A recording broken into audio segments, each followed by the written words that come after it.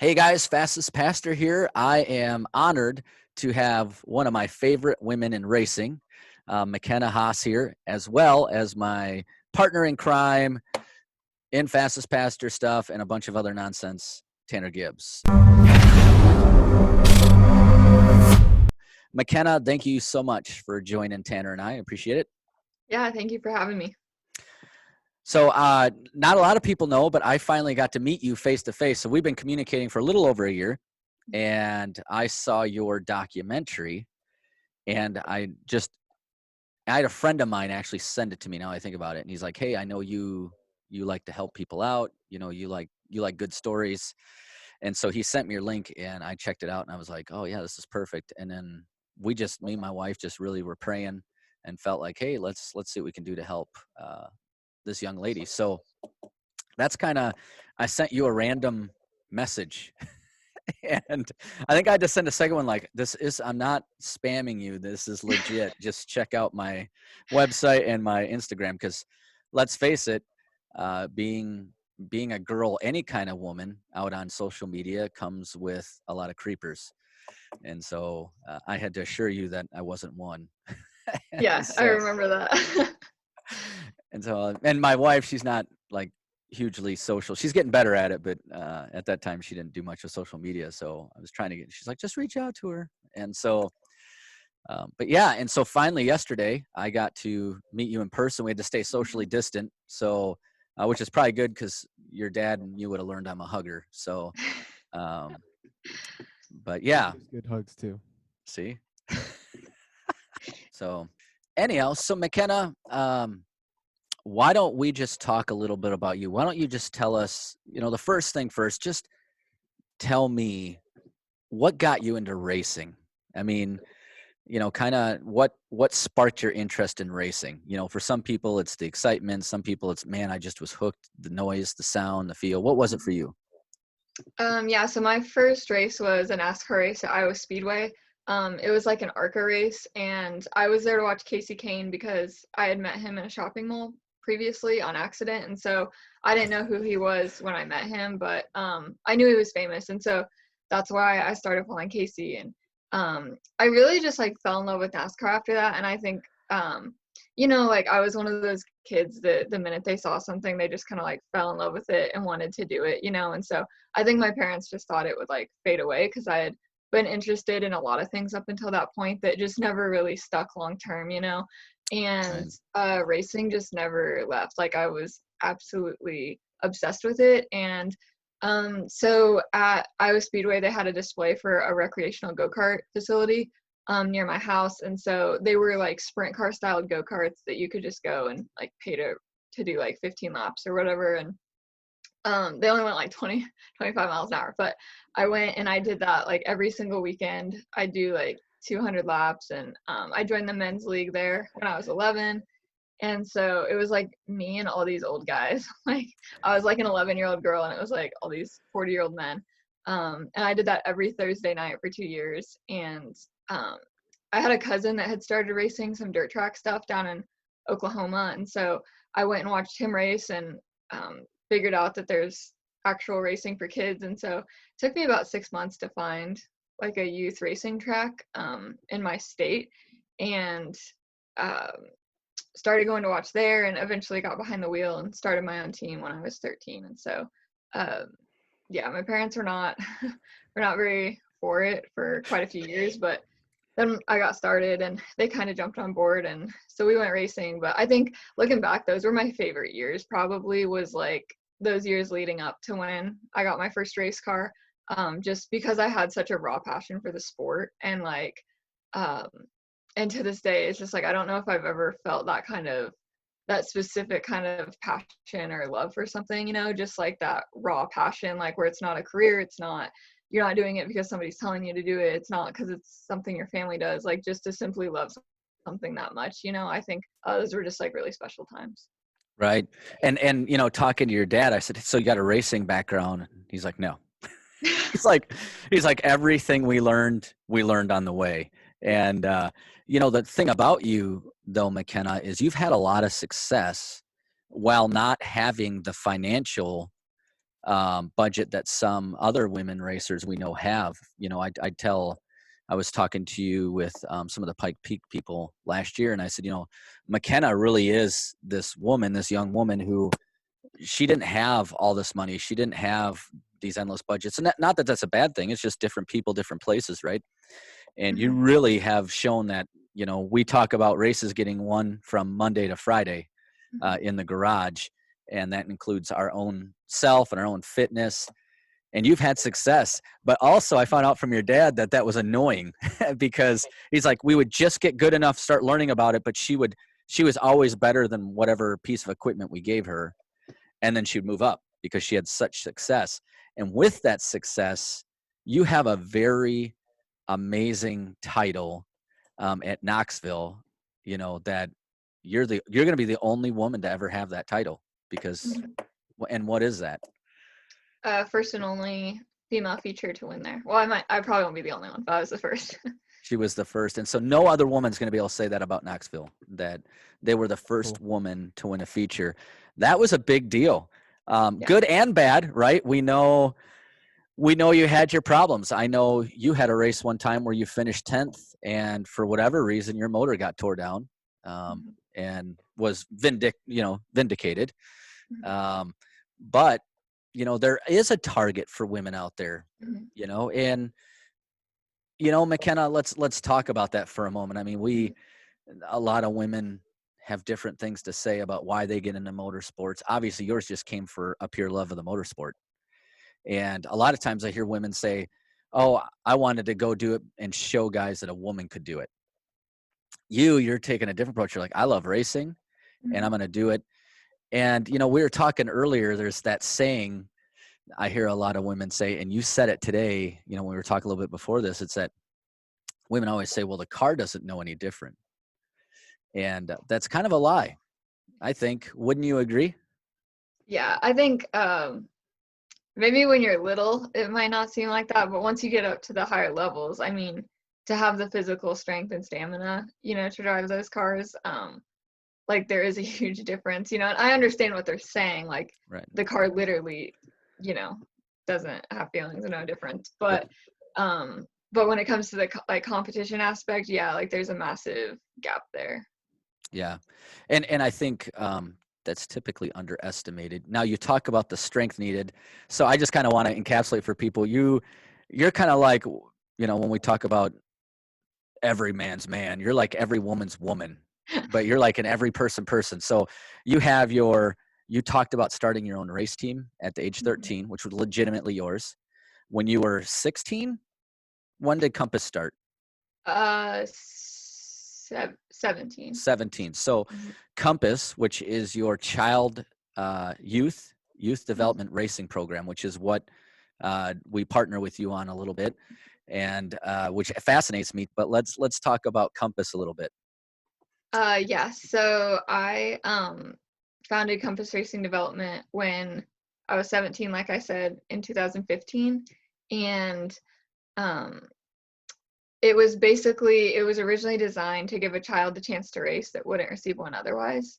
Um, and so we picked a kid that we thought deserved the chance, and his name was Gage, and his dad was kind of in and out of his life at the time. And Gage really wasn't into racing at the time, and so I remember showing up, like I built this car for him. We show up to the track, and I remember thinking, like, I hope he even likes racing or likes, because at the time he was kind of more into sports, and he fell in love with the sport, like, and turned out to be an incredible talent. Like just phenomenal, and has had, I don't know, like 8 championships, I think, now before the age of 13. And so he was just incredible, and God's just done really big things in their family and just restoring their family. So that's really cool. And since then, we've had a ton of kids come through our program and continuing to come through our program. And so, yeah, even just today, I was doing some Compass stuff, and I'm like, man, like, I can't, I just never would have dreamed it would become what it is, like that was never the intent. I think when you like, I remember a pastor talking about David and Goliath and like how it's different when you know how the story ends. Yeah. And I think when people hear, like my story, and they hear like, oh, we had this success here, this happened, at the end, it's like, well, of course, why wouldn't you do that? But people have to keep in mind, like in the beginning, if you're trying to do something like, and you don't know how the story is going to end, I mean, that can be really scary. And so, yeah, it's just really incredible, like what Compass has become. And it started out like everything was just out of my own pocket that first year. And I remember we got our first sponsor like a few years in, and it was like $700, and I divided it amongst like 5 kids, and that was a huge deal for us, to have that. And so, and then ever since, like we've gotten more sponsors over the years, and we've been really blessed. And so, yeah, it's just incredible and such an honor to like, I have 2 kids right now that I'm helping get started, and they're 6 and 8 years old. And it's just incredible to think that like when I was getting started, there was nothing like that where you could go to, a team or a mentor and like have somebody walk you through the process of how to get started. And so it's just an honor. Yeah, I think it's incredible. I think part of what spoke to me on it was at that age, I was too poor to even think about racing, but it was on my mind 24/7, and just nothing like that existed. Right. And, to see you do that, I mean, it's cool to see Gage and his dad, his dad in and out of jail. His dad even said in the documentary, like, I really didn't know what to do with life. And all of a sudden he found purpose in his son's purpose. Mm-hmm. And, and here you see that family just totally restored. Mm-hmm. And it's funny how God works. We tend to underestimate what God can do. So I love that program. I love watching your kids' updates. I think, honestly, I don't know if I should say this, but like my favorite thing is like how serious these little kids are in their pictures. Yeah. They're like, they're going to go out and conquer the world in a race car. Mm-hmm. And I love that. It just does my heart good. Yeah. To see that. So Tanner, so me and you and me at 16, 17 years old, I don't think I was as unselfish to think about other people. Were you? Definitely not. Yeah. It's hard for me to wrap my head around like, oh, a 17-year-old and you're injured. Yeah. That's the one thing you didn't say here, Mckenna, is you had a horrible concussion. So every 17-year-old, when they have a horrible concussion, and yours was horrible. I'm gonna call it what it was. And you're at home, and what do? You start building a race car, and you don't know why. Just I think you said it somewhere where you just felt like God had placed that in your heart, but He had a purpose for that. So I don't know, Tanner. Not me. How about you? Yeah, I mean, at 16, 17 years old, I was deep into high school. You know what I mean? Just being a teenage kid chasing girls and thrills, and definitely not selfless enough to think of something like that. So yeah, and I think especially for me, I wasn't a Christian, so I was into cars. I mean, I was elbow deep in grease, but and then that's all I knew about you, really, Mckenna, was from that story, and then started following you on your social medias, and then you start talking to people in racing, right, that know you, and we did some homework on you before we really reached out to you. The other thing I found out throughout that is you're an American Ninja warrior. What? Right? Yeah. So once in a while she'll post. That's cool. Yeah. So Tanner, don't let Mckenna's 120 some odd pounds ever fool you. I would never mouth off to her. Right. I mean, I understand the physical requirements it takes to be a race car driver. I've never actually raced myself, so I can't necessarily say that I know what it's like, but I understand. So yeah, and so that's probably why she's successful, because she's not afraid of a challenge. So let's see, we've got a race car driver, we've got a philanthropist, right? And now we've got an American Ninja Warrior. Am I saying that right? American American Ninja Warrior. Mm-hmm. Yeah. Have you actually been on the show? Yes, I was on last season's. Nice. And I am looking that up. I didn't know. Like someone said, "Oh, I think she had something to do with American Ninja," and it was like literally a week later. I'm like, oh, like I thought when she was posting stuff of the workouts, I'm like, oh, well, she's doing that workout, cute, You know, that's probably really, I should be doing that for preparing race car driving. And the next thing I know, she's on American Ninja Warrior, and she's bad to the bone. So what got you into that, Mckenna? Because like I said, is there anything you don't do? Yeah, so like when I got in a sprint car, it's like you could just tell, like I thought I was in shape, and then I was like definitely not in shape. And so I was in college at the time, and I went to a D1 college, and so I started training, like I was friends with the head men's basketball coach. And so I started training like in their facilities and doing their workouts and like swimming laps and like running up and down the football field. And I don't know, I just felt like I got tapped out. Like I just wasn't gaining anything. And I was at home one day. My parents loved watching that show, but I didn't watch much TV. And they were like, I don't know, oh, you should try that sometime. And so as a joke, like I Googled it, you know, I was like, well, I wonder if there's a place where they train, and I'll just like jokingly do it just to mess with my parents. And so I went to one practice, and I was petrified. Like those apparatuses in person are so huge, you know. I'm like, oh, what am I doing here, you know? And I just kind of kept going back. Like I wasn't too bad at it. And yeah, and then I switched gyms. They built, like right after that, they built like a really nice state-of-the-art ninja gym in my hometown. And so started training there. And I applied for the show like that year, and there was like 80,000 applicants, and they picked 600. And I moved, like I packed all my stuff and moved to Indy like April 2nd. And it was like a couple of days later, I got a phone call from Los Angeles that like I was going to Tacoma in 2 weeks to be on the show. And so I remember showing up and just like, I mean, it was cool, but I just kind of couldn't stop laughing because I'm like, I cannot believe I just like ended up on this TV show, you know? Like I felt like I just crawled through the screen. It was just like, because you don't even get to see the course or anything before you run it. And so you're just like, they call your name and you're like on the show. Like the crowd's like chanting, and like Wow. the cameras are rolling, and like you get one shot, you know. And I'm like, this is, I mean, it was crazy. And I'm embarrassed to say this, but like when I was on the show, like I still hadn't really watched the show that much. And so like I was at casting call, and we were like going into the rooms for the interviews, and I'm sitting here by this guy, and I'm like, hey, have you ever been here before? And apparently this guy was like one of 2 people that had ever finished the entire thing in history, you know? And I like didn't even know. So I'm like sitting next to Jimmy Johnson, basically. Yeah, I was gonna say, was it Jimmy Johnson? Yeah. And so like that's who I'm basically sitting next to. He's like, yeah, you know, kind of a big deal. So, but yeah, I mean, but then after that, like it's become a huge part of my life, and I've become really close with a lot of the people on the show. And it's still so crazy. Like it went from being this like super cool TV show to just like almost like a family, you know, in another part of my life. And again, I'm like, how did I ever end up here? You know, like just crazy. So having not seen you participate, how did you do? I made it a little over halfway through, and honestly made just a really stupid mistake. I was just going really, really fast and rushed a dismount and fell in the water, but it sucked because it was like something pretty simple that I do a lot. So yeah, but I can still a good imagine that experience. the amount of upper body strength that it takes to drive a car, Yeah, for long periods of time, mm-hmm. is probably perfect for transitioning straight from racing to something like American Ninja Warrior.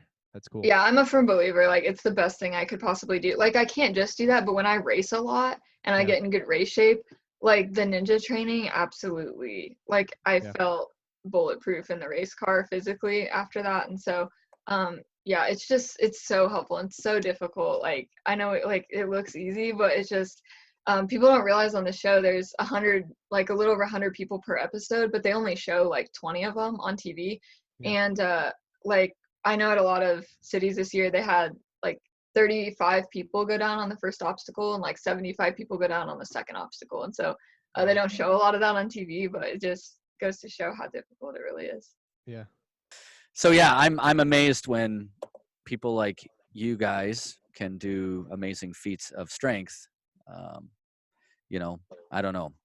I just don't ever see me being an American Ninja Warrior. So Mckenna, there's also a picture. I was showing it to Daytona, my little daughter, because she's like, she's like, check out these. And one day I did something. She's like, Daddy, you're really strong. Show me those guns. And I just love her to death.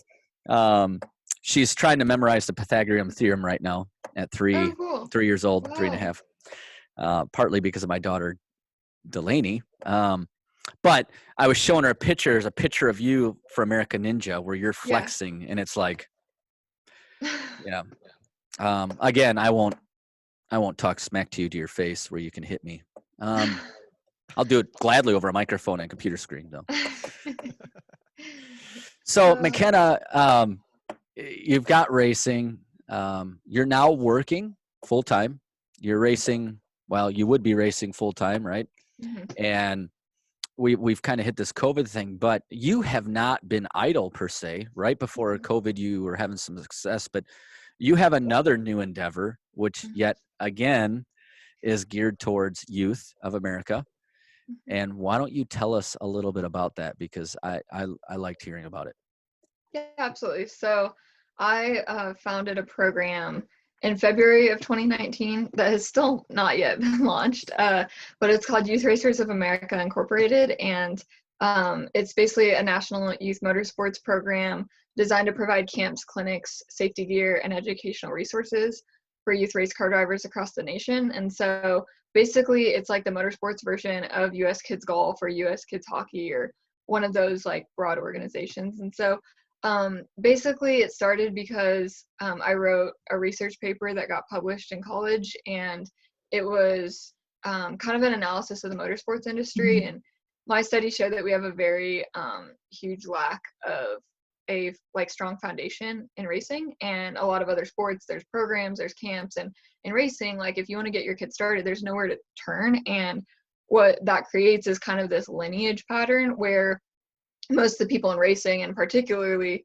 those that are successful, like their family has some kind of bloodline or they're big fans of the sport, and they kind of like, you know, usher their kid up through basically. And for me, you know, I obviously have a passion for bringing new people into the sport because I know how hard I had to fight and like how long I had to look to even find racing. And I had this burning desire in my heart for something that I didn't even know existed. And I don't want there to be other McKennas like that out there where this is their passion and their talent and what they're designed to do. But yet, like, if you're watching a NASCAR race and you love NASCAR, like, there's no, you don't know to Google quarter midget or, you know, like junior sprint or anything like that. Like, those words aren't in your vocabulary. And when you're watching a PGA golf tournament, though, however, they're constantly advertising, like, to get your kid into golf, go to uskidsgolf.com, you know?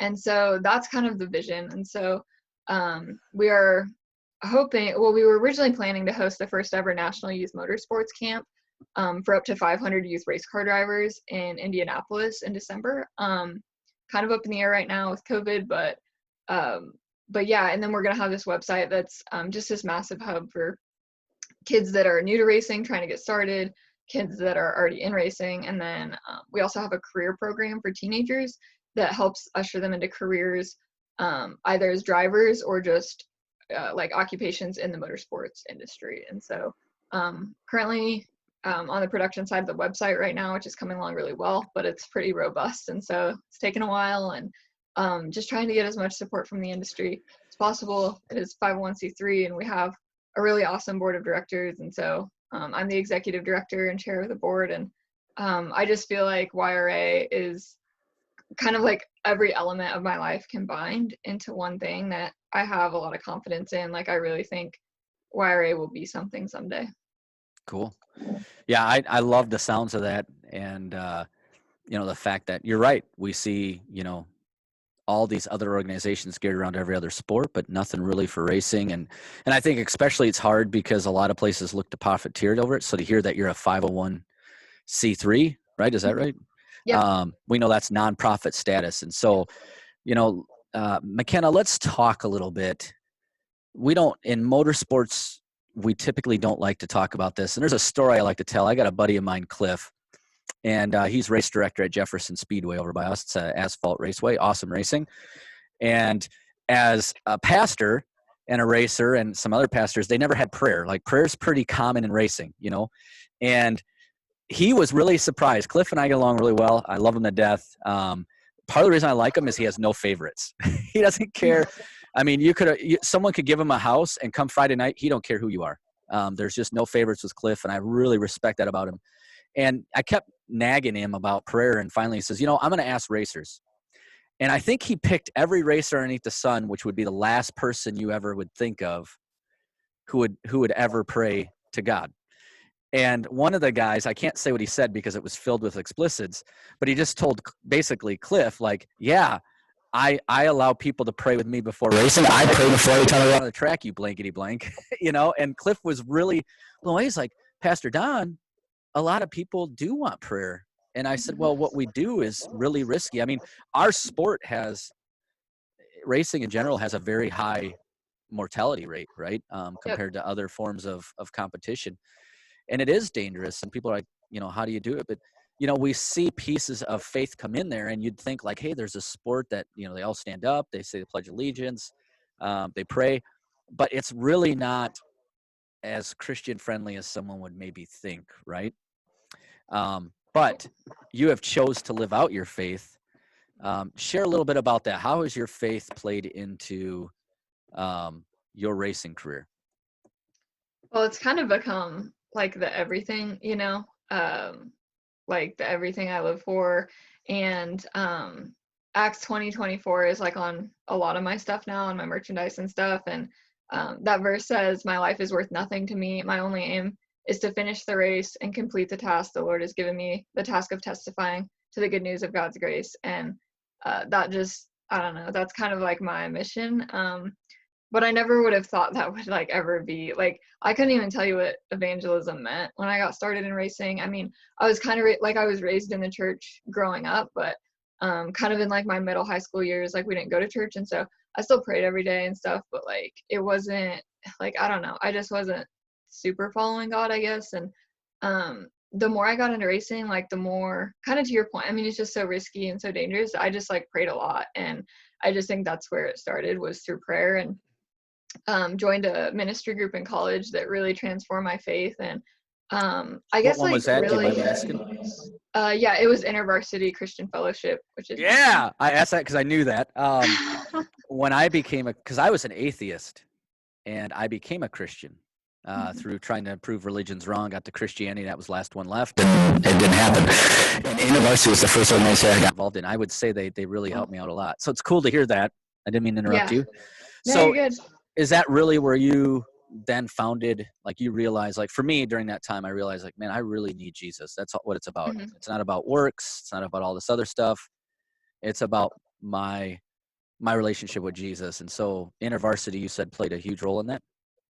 Massive. Like InterVarsity changed my life. In fact, I feel like that was like the main reason that I went to college. Not because I knew that, but you know, because like God knew that, I guess. And yeah, it was funny because obviously like their goal is to get as many people to join as possible. And I was a freshman and they were like recruiting, you know, or advertising InterVarsity. And I came to like their first event, and I remember I didn't know this at the time, but later on they had like a meeting, and like they went down the list of people that had showed up for the first time and kind of decided who they were going to reach out to and try and, you know, get to come back. And they got to my name and they said, that girl's for sure like not coming back. Like she was like, you know, like the last person we'd expect. And I went on to be like on the leadership team, you know, and super involved. And I just kept coming back. And it was a little out of my comfort zone at first, but it just like, for me, it was survival. Like I was absolutely swamped in college. Like I'm a finance major at this really difficult university. And I'm running this sprint car team. I'm running Compass. Like at the time I was doing Krav Maga, which is like martial arts fighting and stuff. And so I was getting the crap beat out of me like after school. And I don't know, I was just stacked. Like, and every Wednesday I still made time, even if I had a huge test the next day, like I always made time to go to InterVarsity because it was just like the like survival. And I was, at the time I had been in just a couple like awful business deals that had kind of messed things up for me and really like train wrecked things. And so I don't know, it just stuck. But I think what really changed me there too was in racing simultaneously, it was more so this response I was getting from like my presence in the sport. Like I just had these people coming to me saying, you know, like, wow, like what you did or said, like this changed my life, or this impacted me, or you were like an angel. And it kind of made me uncomfortable because like some of these people were like really trying to like, you know, they're like, you were an angel. I'm like, okay,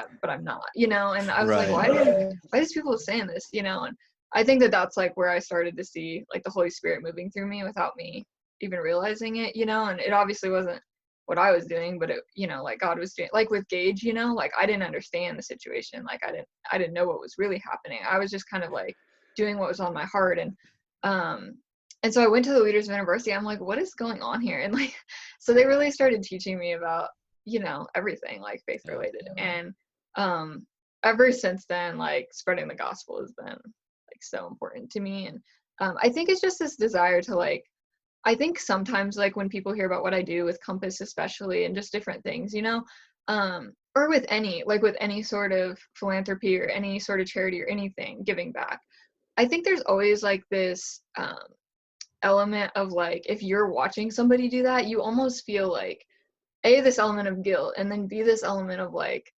well, like why are they really doing that? Or like they're just doing it, because it's charitable and they know that. And I think for me, it's like, I don't do it because like, I'm like, oh, I know I'm doing a good thing here. I'm doing it because I have a genuine love, for what I'm doing. Like I love my kids, and I try to treat them like my own, and like I made that promise to them. Like I made a promise to my Compass kids, like I'll always be there for you and I'll always love you. And I intend to stick to that. And I think part of that and just the ways that I try to be present in their life is like I try to be present for them in a way that I feel like I haven't had in my career. And like we've talked about, I mean, racing is full of wonderful people and it's an awesome sport, but it is a broken world in a lot of ways. And like there's some really tough situations, whether it's business related or like you said, it's very dangerous, or the competitive side. And there's a lot of nasty stuff that goes down. And there's a lot of shady yeah, business in the racing industry. A lot of shady stuff. And so that just blows my mind. And it like I talked about, my passion at the beginning was, I mean, I saw the racing world as heaven, literally. Like that was like absolutely, like I could go to the most boring, like redneck, like race with 2 cars, and I thought it was like heaven on earth. And that's how I saw the sport. And my perspective really changed the older I got and the more I got into it. And when the sport just brings you to your knees, and you're sitting there like in a pot, like, just like a wreck situation, it's like, yeah, that's what breaks my heart, I guess, is like, I wish more people were following God, because our like world and our sport would be a much better place. It's not about getting credit for doing good things. It's about like letting God work through you. And I just wish other people would trust that, and well, I think, and in our industry, there's a lot of stuff that goes down that people don't realize. But I think as far as things go, when there's this general consensus that somehow Christianity takes things out of your life. And to be honest with you, when I became a Christian, I just got into shifter carts. I was super successful. And then I felt like God told me to walk away. Mm-hmm. And, that's your biggest fear. I mean, my whole life I wanted to race. It finally came true because I had a job that could afford it. And God said, walk away. And you want to know something? I don't regret it. I mean, what he gave me in place of it was so much better. But then the next thing I know, he called me back to it 20 some odd years later. And, I'm back in it. But, I think sometimes we fear what we're going to lose when we don't really realize that we're losing a bigger thing, which is eternity, right? Mm-hmm. And I remember I had a guy, so, being a Christian, doing these kind of things, I love everybody. And that was one thing at Pikes Peak, was the number of people are like, one, I would hear, you don't look like a pastor. I think I heard that like 1 billion times. Secondly, would be like, some people hating on you because you are a pastor. But how many people said like, man, you're not anything like I would have thought, you don't, you're not mean to me, and he says, you just love everybody. I remember there were a group of people, one guy was like, I'm an atheist, don't even talk to me. And I'm like, what? That's fine. I said, you seem interesting. I really think you're cool. I said, I know God loves you. So why can't I figure out why he loves you? And we got done talking. He's like, man, you love everybody. And I think that's the false image, is people tend to think that us as Christians, we hate, but we don't. We love people because Jesus loved people. But it's a tough industry. Yeah. And I remember I was huddling around Jacob and Caleb, 2 guys I met at Pikes Peak, and we're like, there's not a lot of Christians in this realm. But what's nice is at Pikes Peak, there were more Christians than what there is normally for me in race ministry. But, we want to see people come to know and realize that God loves them so much that Jesus came and died on the cross for them. And I get a lot of hate mail and I get death threats. And I don't take them very very lightly and I don't take them very hardly, right? But I know their people are hurting. And I had one guy who was super mad at me at Pikes Peak, and he just said, you're being super offensive. And I said, I'm sorry. I said, what did I say that was offensive? He's like, well, you're bringing up, Jesus' name and God's name and relationship. I said, well, what part of peace, love, joy, patience, and kindness do you find offensive? I'm just curious.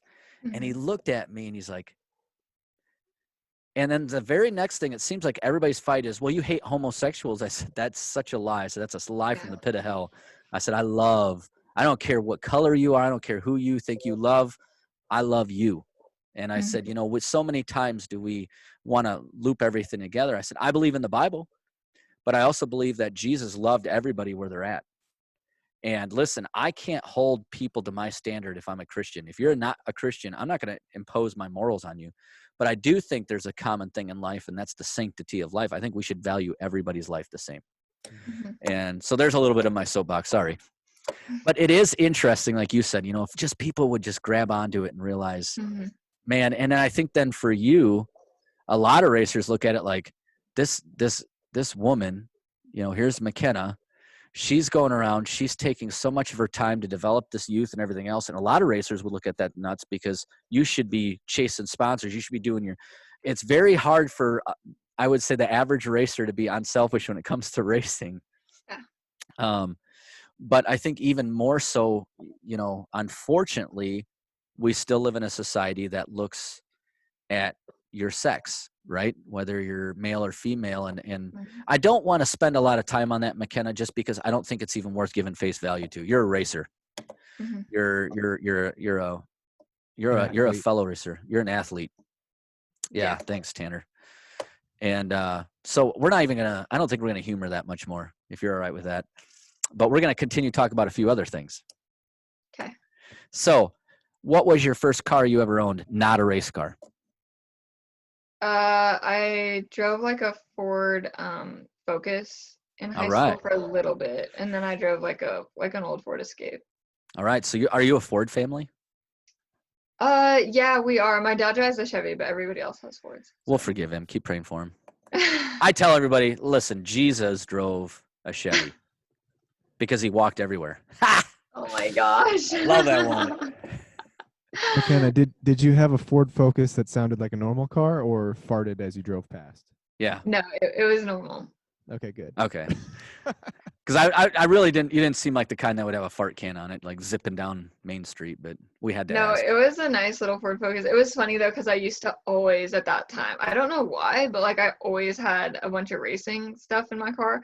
So like it was like a nice Ford Focus. It had like leather seats. It was like the chrome handle, and I remember like sometimes I would go to school and I'd have like this huge like right front tire and then like rear tires in the back seat. And then I remember on more than one occasion I had like body panels and pieces in the trunk, and I would always do business at school like in between classes, or sometimes the teachers would even let me leave the classroom, and so they'd give me the key fobs to the building to get back in.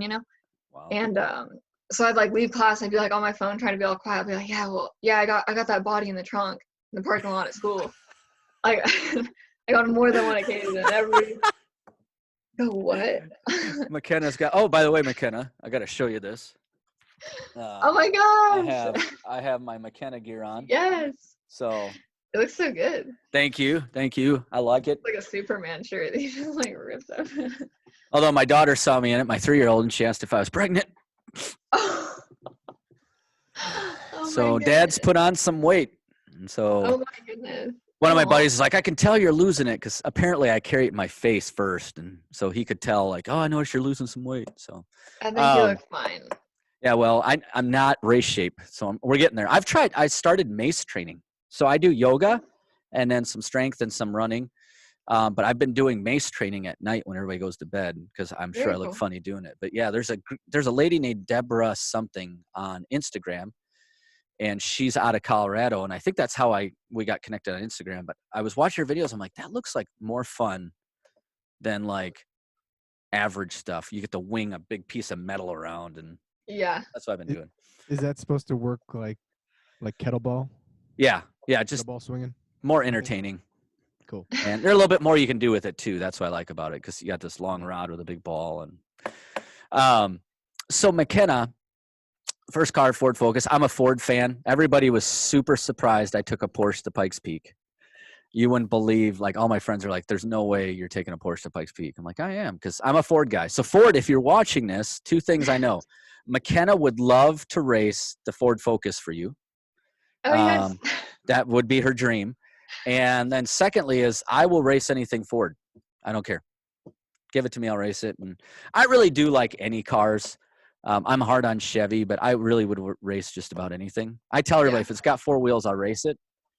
And some guy thought I was joking about that. And then he caught me. I won't say I was driving, but I was not driving an average vehicle. And he's like, you really will race anything? I'm like, it's got wheels. I'll race it.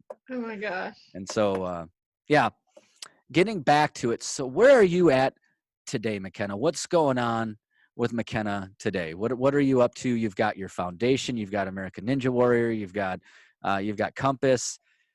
And I know you're working full time. You're racing. Mm-hmm.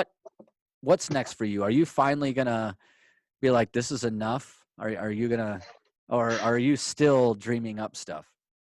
I mean, I think the biggest thing is, like you said, I mean, I'm still racing and full time, and that is at the heart and soul of everything I do. It's like, I don't know, it's kind of, I don't ever want people to think that these other things are like taking away from that. Not that they're burdens, but I think it adds to it. I think exactly. It's what makes you better at everything you do. Right. The way I like to phrase it to people, and this isn't judging anybody else or anything. Everybody can choose what they do with their life, and that's totally fine with me. But for me, like, I have sacrificed a lot, in order to do Compass, and all race car drivers have time. Like, I don't care what like, they all have time, and some of them dedicate that to family, some of them dedicate that to their social life, some of them dedicate that to just like going out or like hanging out with friends or whatever they do, and that's all great. But like Compass and YRA, like, that's what I do in my spare time. Like, I don't watch a lot of TV, or I don't do a lot of those other things. And so but yeah, I do think it adds to it. It's just helped me build more connections and gain more experience, especially as a mechanic. Honestly, like with Compass, I've, oh my gosh, like, built so many race cars or different things like that. And so and then it's helped me too, like, being on the team owner side and being on the crew chief side in my own career, because like, I know how I feel when my kids respond certain ways, and I know how I feel when they're like little brats, Yeah. Not that very often, but they're really good kids. Every racer can be, though. Yeah, and so it's like, I know how, but I love, like, I know what I love, how they respond. So no, it does help me. And so I am racing like full time right now, and running 360 and 410 sprint cars, and I did move to Indianapolis, and so my goal is to continue racing like professionally and do it for a living, in whatever kind of car that is. Like, I love like all kinds of race cars, all kinds. But obviously, like, my heart beats for sprint cars. Like, that's what I'm doing right now. But I just think that's my goal, like, moving to Indy, is to try and I don't know, diversify myself, and that's going to take some time. Like, if you have a lot of money and you move to Indy, that can happen real quick. But if you don't, like, yeah, I know it takes some time, but I'm okay with that. And with Compass, like, just building a ton of cars right now for kids, and trying to get the kids ready to get on the track this year. And YRA, just it's going to be the best day when that launches, but the path to get there has just been kind of thrown off the tracks with COVID. So but I have a lot of peace about it. Like, I feel like everything is going to come together, and still training for American Ninja Warrior season 12, 13, whatever they end up deciding on that. And but other than that, just like relaxing and spending time with some friends and family. And I've been in Iowa for a couple weeks, and so it's just been nice to get to see my friends again. I haven't been home in like over 4 months, because I've been in Australia racing. And so so yeah, we have a lot going on, but I'm also, like, I am trying to change my lifestyle a little bit, and try and have more balance, and try not to work so much, and to trust God, with, like, that God will provide. And like, you don't have to stay up till 3, 4, 5 in the morning looking for sponsors every day for like 300 days, like, because like, God will provide if you don't do that. And so just trying to like enjoy life and get in shape for this season whenever it starts. Right. Yeah, it's interesting, the COVID thing. So that website, it's not launched yet, correct? It is not, but What is it? What is it going to be so we can at least yeah. our viewers can know? Yep, it's youthracersofamerica.com. Youthracersofamerica.com. And Yep. then what about Compass? What if someone's interested to know more about Compass? Yep, Compass is compassracingdevelopment.com. And compassracingdevelopment.com. Yep, and my website's McKennaHasse.com. Yep. And Facebook page and all that. And so if anybody is interested though in YRA, I do have the link to the site. You can see the site, just not the public can't see it if they don't have the link. So Mckenna, speaking of the YRA, your Youth Racing Association, is on behalf of FastestPastor, we are going to present your association with $5,000 to help kick things off. And so we want to thank you for being who you are. That check will go out next week. Thank you so much. From Tanner and I and wow. Thank all of you our so companies. I didn't do incredible. anything. He's got to make sure it happens. So, right. But we appreciate everything you do, Mckenna, to make the world a better place. We wish nothing but the best for you. Listen, if you're out there, I know a lot of you are racers. And I know some of you are probably like, well, Pastor Don, how come you're not putting her up in a car? None of my equipment's good enough for her. No, but seriously, I told her, I said, if I get the late model back together, she'll have to come out and take some circles. And I know, I think of like Bob and Robert, they'll probably kill me for saying this, but if you wanted to get in a sportsman, Bob Hansberry builds the best sportsman on earth, and it drives like a Cadillac. So I don't think like my first sportsman was like scary, and it made Robert really, really nervous. And they're like, Pastor Don, if you can race this, you can race anything, and I didn't know any better. I didn't know it was a death trap. Yeah. And then they put me in one of their cars, and I'm like, man, this handles like a Suburban. This is nice. And so, that's cool. But who knows? We'll try to get you an asphalt car. But if you're out there, you're listening, you have a car sitting around, and you want a young woman who loves people, loves the Lord, can get up on the wheel, and has beat a lot of people. She's your lady. So, and sponsors, there you go. There's how could you not want a better image for your company? So you're not gonna have to worry about drug scandals or anything else like that. Mckenna is as honest as they come. Mckenna, thank you so much for your time. Thank you. I'm gonna ask you one more question. Yeah. Dream vehicle.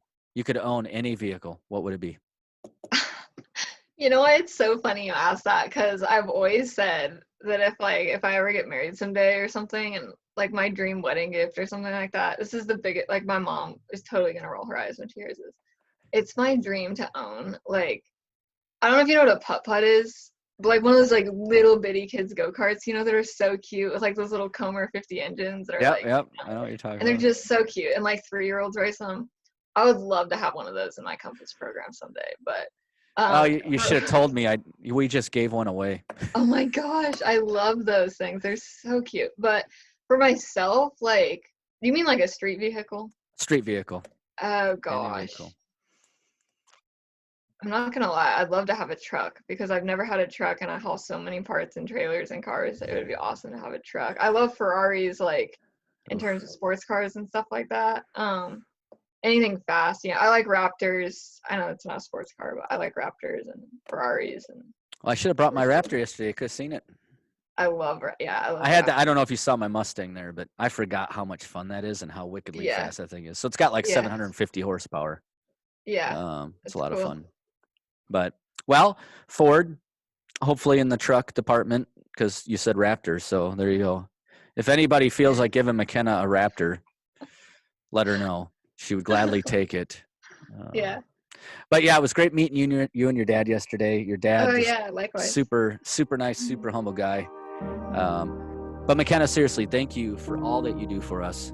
Thank you. For this world, for these kids, and for the sake of Jesus Christ. So keep it up. God bless you. We look forward. If you guys need anything, let us know. Again, thank you for your time. Thank you. Thank you for all your support. I appreciate it so much. You bet. Take care, Mckenna.